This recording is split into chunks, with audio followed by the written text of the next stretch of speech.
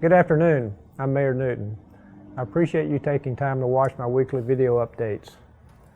My goal is to share what you should know about the city's response to the coronavirus pandemic. To that end, I want to talk this week about the proclamation I issued Monday. I've consistently said in all my videos that we follow the President, CDC guidelines, and Governor Abbott. This remains true with my proclamation. I sincerely appreciate Governor Abbott and his leadership. He's done a tremendous job in leading Texas through the pandemic.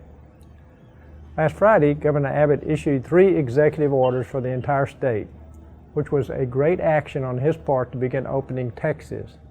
At a local level, we pored over these executive orders and determined how we should implement them for our community. I personally spoke with the Attorney General's office this week. The conversation was positive and mutually beneficial.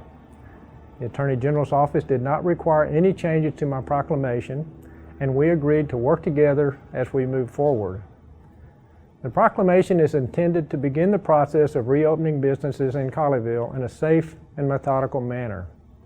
Every decision I make as your mayor is first and foremost with safety in mind. I would not have issued this proclamation if I thought it was not safe to do so. We make data-driven decisions, and the data show that now is the right time to open businesses. Governments initially shut businesses down for one purpose: to stop the spread of the coronavirus, to ensure hospitals had capacity to handle patients, especially at the peak. By all accounts, this goal was met. Tarrant County has approximately 5,800 hospital beds, of which only half are in use.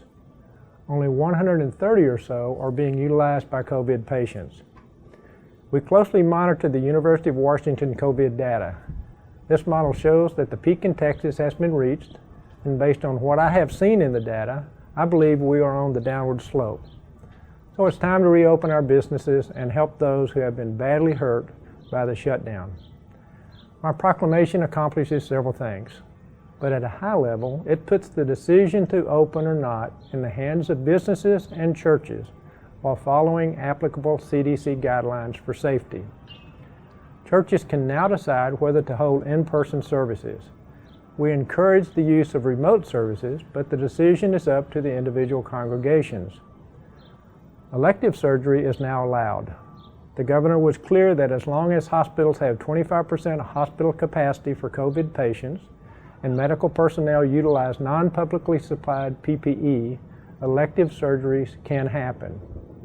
We are now allowing gatherings of up to 10 people. Previously, this was restricted to family members, but now it is not.